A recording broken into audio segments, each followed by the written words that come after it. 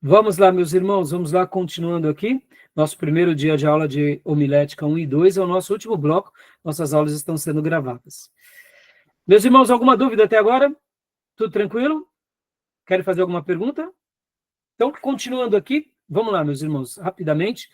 Princípios. Agora aqui a gente vai entrar um pouco mais para a área tanto de definições quanto para a área da teologia da homilética. Deixa eu fazer uma explicação aqui para vocês.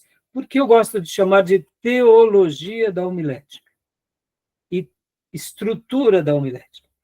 Eu não quero pegar apenas, irmãos, a estrutura da homilética, como eu mencionei para vocês, pela estrutura. Eu não quero dar a estrutura. Tema, introdução, argumentos, aqui, ó, que são estrutura. Divisões, né? Conclusão. Não quero dar a estrutura. Eu quero levar vocês a ensinar como faziam e fizeram os nossos irmãos no passado, nesses 2000 anos de história, desde os apóstolos, que é entender, em primeiro lugar, o que Deus deseja falar conosco e depois passar isso aos outros. Por isso que nós precisamos da hermenêutica, porque dessa forma a gente vai interpretar corretamente e aí a gente vai estruturar de uma forma onde o ouvinte e os nossos irmãos poderão absorver melhor aquelas informações. Então, durante essa aula, nós estaremos falando da teologia da homilética, dando essa abordagem, dizendo o que realmente importa ao pregador, o que realmente importa ao professor. Deixa eu dar um spoiler aqui para vocês dessa obra do Martin Lloyd-Jones. Na obra do Martin Lloyd-Jones, Pregação e Pregadores, esse livro aqui, meus irmãos, esse livro aqui, ele é praticamente um clássico também. Martin Lloyd-Jones, ele é chamado um dos últimos puritanos do século passado. Ele pregou durante muitos anos na capela de Westminster. E quando ele foi convidado a escrever sobre esta arte de pregar, ele chegou à seguinte conclusão: nós já temos muitos livros bons sobre a arte de pregar. Então ele, como um grande pregador experiente, ele falou assim: eu quero deixar uma contribuição daquilo que realmente importa em um sermão. E aí ele então faz esse livro que, irmãos, durante esses 3 anos de curso, eu faço questão, leiam esse livro. Só para vocês terem uma ideia, eu li esse livro logo depois que eu me formei, quando eu comecei a pastorear a nossa igreja. Bom, para quem não sabe, eu estou desde 95 pastoreando essa igreja, ou seja, esse ano, no meio do ano, eu farei 30 anos cuidando da mesma igreja local. Então, logo depois que eu estava ali, já que eu tinha sido convidado a ser o dirigente da igreja, eu comprei essa obra do Martin Lloyd-Jones, e eu lembro que eu li esse livro e reli ele durante vários meses. E eu lembro que, né, eu estava ainda trabalhando no pregão, e alguns amigos meus falavam: Rai, você não solta esse livro? O que está acontecendo? Virou o quê esse livro para você? Eu falei: irmãos, esse livro é tão maravilhoso que eu leio e volto a reler. Leio e volto a reler. Vou dar uma dica aqui para vocês. O Dr. Martin Lloyd-Jones, ele é chamado doutor porque ele tinha sido médico, ele abandonou a medicina para se tornar um pastor. Mas também, dentro da teologia, ele foi um brilhante teólogo. Então, o nosso querido irmão, pastor Martin Lloyd-Jones, ele dizia o seguinte, que o pregador, ele precisa ter essa sensibilidade com o Espírito Santo. A igreja precisa ter essa sensibilidade com o Espírito Santo. Quando há uma conexão entre um pregador cheio do Espírito Santo e uma igreja cheia do Espírito Santo, essa mensagem que vem de Deus, ela cai como uma luva, um bálsamo entre todos. Olha que coisa simples, mas que coisa maravilhosa. Quantas são as experiências dos pregadores que eles estão pregando para vales de ossos secos? Lembram da profecia de Ezequiel? É um pregador como Jeremias, mas está pregando a um povo desviado. O povo desviado não vai entender a mensagem. Por quê? Porque é desviado. Desviados precisa se converter. Quem é que tem o Espírito Santo, meu irmão? Quem nasceu de novo. Quem não nasceu de novo não tem, entendeu? Ao mesmo tempo, o Dr. Martin Lloyd Jones fala o seguinte, que tem igrejas que são tão fervorosas e cheias do Espírito Santo, e o pregador pode ser até raso, mas ele lendo, somente dele ler a Bíblia corretamente, essa igreja será alimentada, porque eles são crentes piedosos. Agora, quando há essa combinação entre um pregador cheio do Espírito Santo e uma igreja piedosa, aí pronto, há um crescimento, há um impacto no reino. Parece bobeira o que eu estou falando aqui, mas muitas pessoas, principalmente aqueles que pregam em lugares mais variados, sabem dessa dinâmica que eu estou falando. Porque, irmãos, pregar para desviado é uma das coisas mais difíceis. Aqui, leia-se desviado, irmãos, igrejas doentes. Irmãos que querem ouvir uma mensagem pronta. Por exemplo, o momento que a gente está vivendo. A gente está vivendo uma síndrome na igreja contemporânea, que é a síndrome de igrejas cheias de pessoas vazias, onde as pessoas querem uma mensagem de prosperidade, de bênção, de cura. O pregador tem que pregar algo assim, que se não pregar, a igreja não recebe. Porque é o auditório que dita a regra, não é o púlpito. Está entendendo? Isso é muito curioso, meus irmãos. Então, quem tem uma experiência de pregar para uma igreja fervorosa e vai pregar para um grupo que já espera uma mensagem pronta como essas, você tem uma reação muito... E é importante a gente ter esse discernimento. Então, eu estou dando uma dica apenas aqui, do Dr. Martin Lloyd Jones. Outra coisa que ele diz aqui como o preparo do pregador. Ele fala, o pregador ele tem que estar preparado o tempo todo. Ele não se prepara para pregar, ele está preparado o tempo todo. E ele mesmo dizia que ele carregava com ele uma caderneta no bolso, uma caneta, porque a qualquer momento o Espírito Santo poderia dar um presente para ele. Num parque, enquanto ele via o pai e uma criança brincando, ali poderia ser uma ilustração viva, e ele já tomava nota disso para que ele colocasse na mensagem dele um acontecimento na TV ou um fato novo. Ou seja, o pregador ele não se prepara apenas para pregar, mas ele está preparado o tempo todo para a pregação que Deus o der. Ou seja, isso é muito lindo. Então, ele vai mostrando característica, o caráter do pregador, a congregação, o ato da pregação. E é um livro diferente, mas é um livro maravilhoso, meus irmãos, maravilhoso. Ele é diferente desses outros que têm estrutura, mas eu poderia dizer que ele é um livro que nos ensina o quê? A teologia da homilética. O que seria a teologia da homilética? O que importa de fato ao pregador? O que importa ao pregador? Em primeiro lugar, ele ser convertido. Segundo lugar, ele receber de Deus uma mensagem. Terceiro lugar, ele entender e fazer uma lição de casa adequada. Em quarto lugar, ele pregar aquele grupo pelo qual Deus colocou para ele pregar. Ou seja, então percebam que eu vou estar tentando trabalhar aqui com vocês e fazendo esse mix entre a teologia da homilética e a homilética pura e simples, nessa grade, tá bom? Tudo bem, meus irmãos? Eu poderia separar a teologia da homilética e homilética pura e simples, mas eu vou tentar fazer esse sincronismo enquanto a gente está aqui aprendendo, tá bom? Tudo bem? Então, guardem bastante esse termo, teologia da homilética e a estrutura da homilética, porque sempre eu vou estar abordando esses assuntos. Quando eu falo, irmãos, aqui tem a ver com a teologia da homilética, eu estou querendo dizer o que as escrituras nos ensinam sobre a pregação. Porque notem, irmãos, a pregação bíblica, ela está na Bíblia ou não? A mensagem, o pregador está na Bíblia?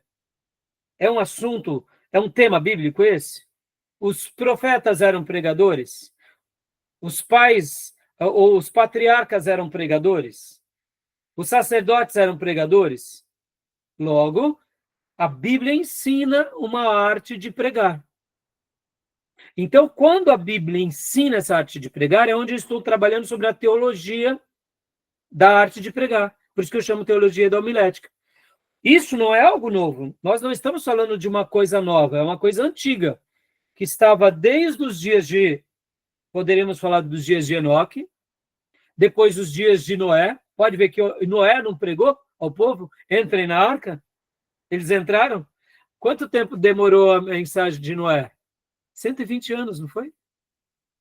120 anos. Entrem na arca. O povo quis entrar, não. Mas eles lembraram quando a arca se fechou, a porta, não foi? Aí nós temos depois quem? Nós temos, depois de Noé, nós temos Abraão. Abraão recebeu a palavra, não passava para os seus filhos, era um ensino, mas era uma pregação? Era. E depois Deus não vai levantando muitos pregadores e muitos professores, muitos profetas e mestres entre o seu povo? Perceba, então, tudo isso é o mais... Se a gente pudesse aqui extrair o suprassumo, qual que é o tema importante da homilética? É a teologia da homilética. É isso que importa para nós. A estrutura da homilética ela vai ser relevante para a nossa cultura. Só um último dado aqui, só para falar uma coisa aqui. Olha só que interessante. Nós, ocidentais, fomos formados e influenciados pela cultura grega e romana. Concorda? Nós pensamos como os gregos e os romanos pensamos. Nós não pensamos como os orientais pensam. Os judeus, eles pensam de um jeito diferente de nós ocidentais. Por exemplo, irmãos, o pensamento grego, ele tem começo, meio e fim. Vamos lá, deixa eu fazer uma pergunta para vocês. Quando um filme acaba, que não tem fim, como você se sente como brasileiro? Ah, não teve fim. Ah, não acredito. Fiquei 2 horas aqui assistindo, não teve fim. Quando tem um fim trágico, a gente gosta? Não, mas pelo menos teve um fim trágico. Não é assim? Nós gostamos de um fim glorioso. Isso é um pensamento grego e romano. É um fim concluso. É redundante, mas é assim, né, Gil? Já o judeu, o chinês, o árabe, eles não têm começo, meio e fim. Para o pensamento judaico, eles têm começo. Depois eles têm meio, não necessariamente fim. É a maneira em que eles pensam. Pegam Paulo em Romanos. Paulo começa a falar um negócio em Romanos, ele abre aqui, ele pega uma direita, depois ele pega uma esquerda, não é assim? Porque Paulo, ele era formado na escola de Tarso, mas ele era um judeu.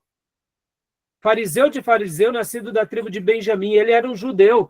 Como que pensavam os apóstolos? Os apóstolos pensavam como judeus. Os apóstolos falavam grego, mas eles não falavam grego pensando como grego. Eles usavam da língua grega, mas eles pensavam de forma judaica. Até o texto grego que eles escrevem não é na mesma premissa da escola helênica. Porque o grego e o romano, eles tinham começo, meio e fim. O judeu não, meus irmãos. O judeu é assim. Até hoje, irmãos, começa uma discussão entre os judeus, não necessariamente precisa de um fim. Por quê? Porque é assim que eles pensam. O sermão para o judeu é diferente do sermão para um brasileiro.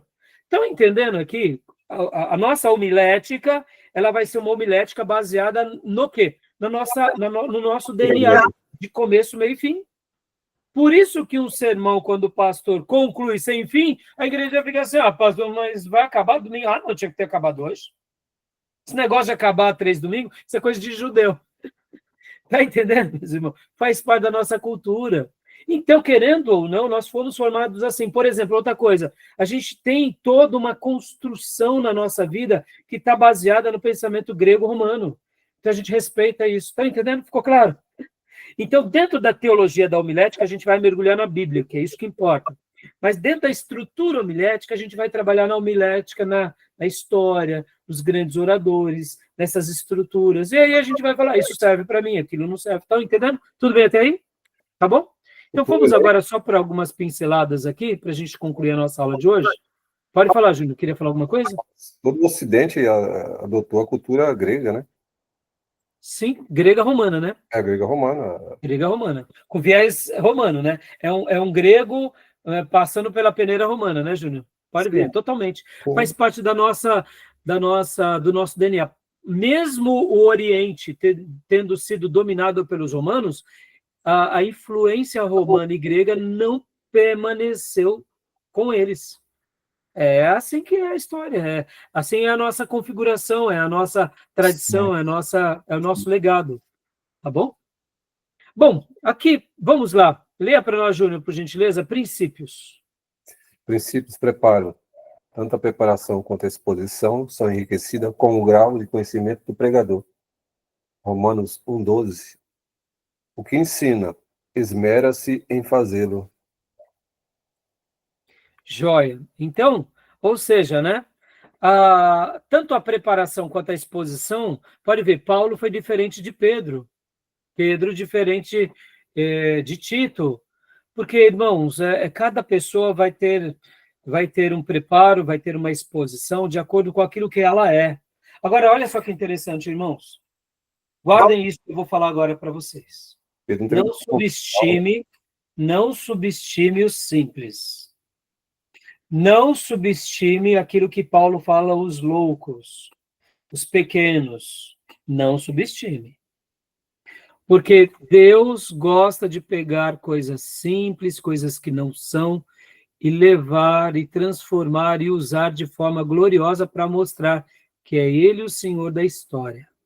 Dos 13 apóstolos, nós temos 12 simples e um que era a mais especial, que é Paulo. Mas pode ver que mesmo Paulo, para ser transformado, ele precisou passar por uma mudança muito grande.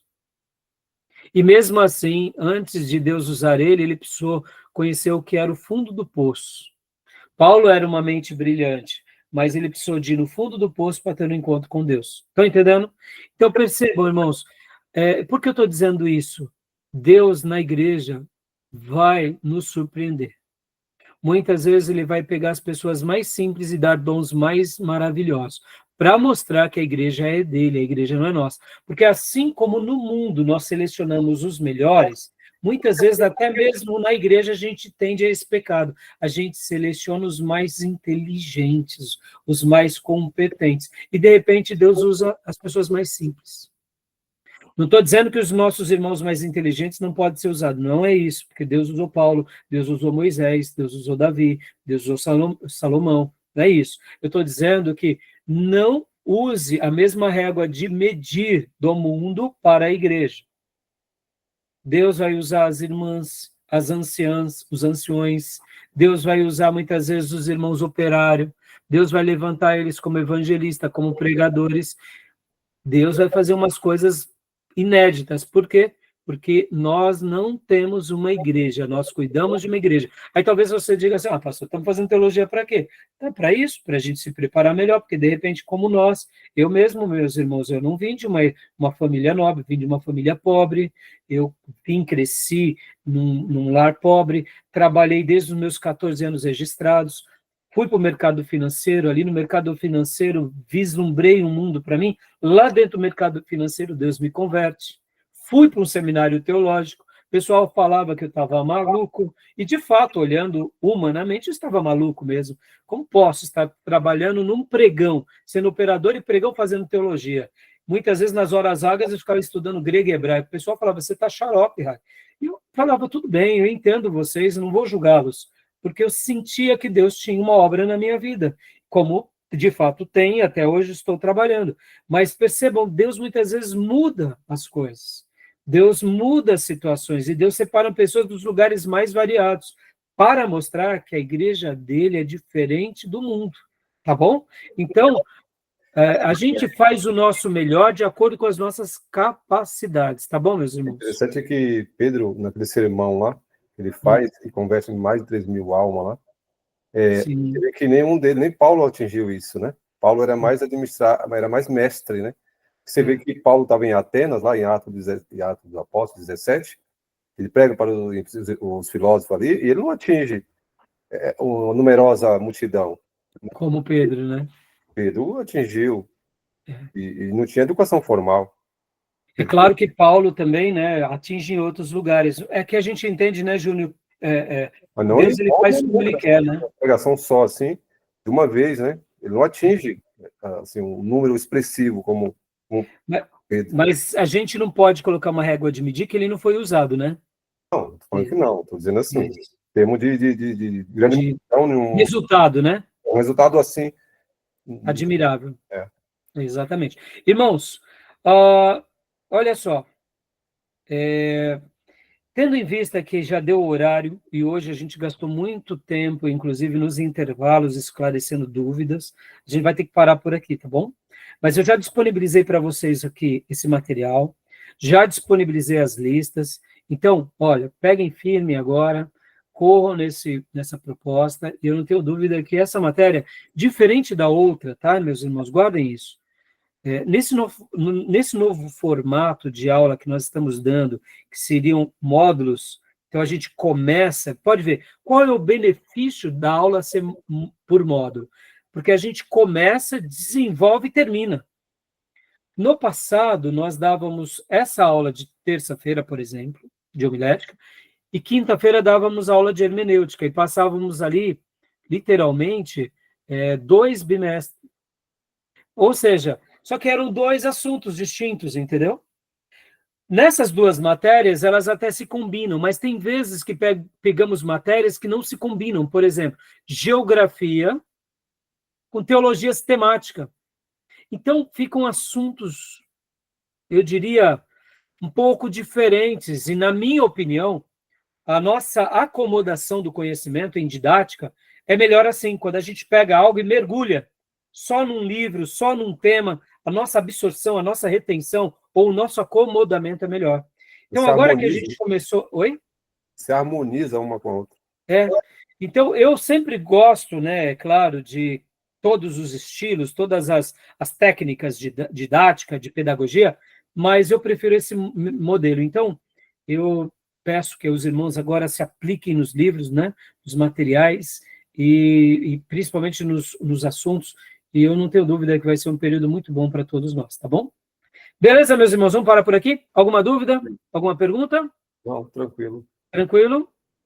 Compreender o que é teologia da homilética, ou seja, é a pregação com base nas escrituras, ou tudo aquilo que as escrituras nos ensinam sobre pregação, e a homilética, eu diria, mais tradicional, é as estruturas de uma boa mensagem, as divisões, o que compõe uma boa mensagem, e os estilos delas, tá bom?